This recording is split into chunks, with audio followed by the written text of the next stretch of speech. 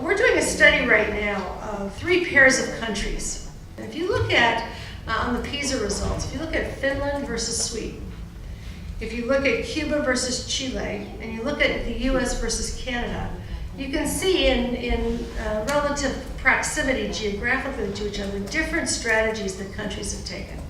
So in Finland, for example, we probably all know this story, very highly equitable access, not only to school resources, which are equitably distributed with more money for schools that serve higher need kids, but also highly equitable access to services.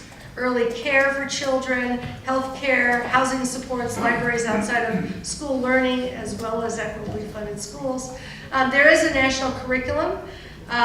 There is extraordinarily deep teacher education, the 2-year master's degree, clinical master's with teachers trained in model schools that are attached to the universities, deep investment in teaching diverse learners because of an emphasis on special education.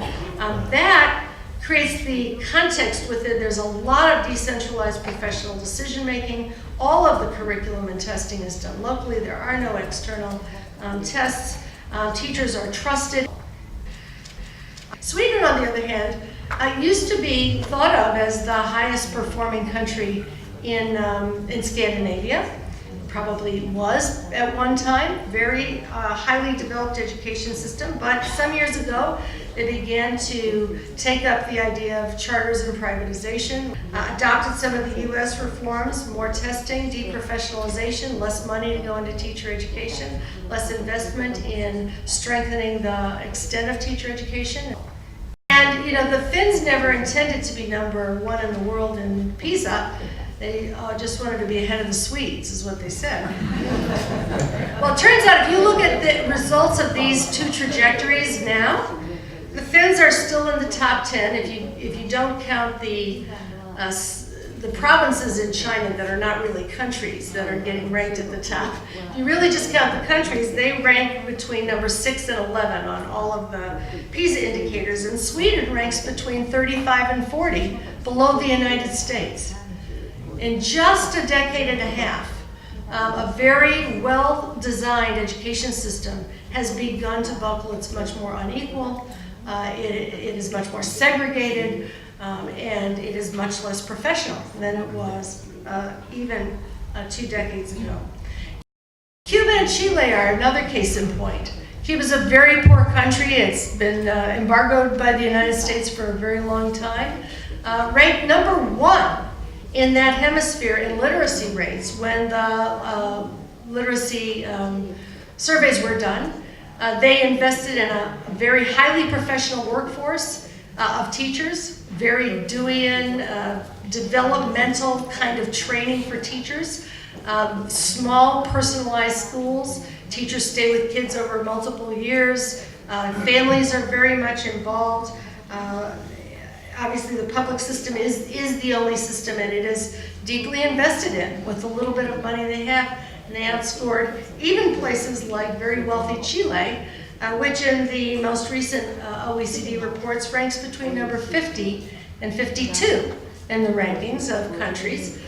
Chile has a lot of money, but under Pinochet, many years ago, they invested in a very privatized system. It became hugely segregated to the point where several million students began marching some years ago because of the inequalities that produced, the segregation that produced, and in fact the low achievement that was produced by a system that relied not on highly professional teachers and equitable resources, but on a privatized system that was governed by testing. I don't have to take too much time to say the same thing can be traced if you look at the difference between how Canada has proceeded in doing its educational reforms and how the United States has proceeded, with Canada ranking in the top 10 and the United States in the 30s, 31 to 39, although the US is arguably a much more wealthy country, but it has allocated its resources inequitably to schools, spends 4 times as much in California on the richer districts as it does in the poorer districts. It has deprofessionalized teaching in many of its states by allowing people to come in who have little training, by promoting a revolving door teaching force, by emphasizing testing as remote control of teaching and heavy-handed micromanagement rather than professionalization. So I say that to say that you can follow these trends, and it depends on what you devolve as to whether the outcomes are high-quality outcomes for education.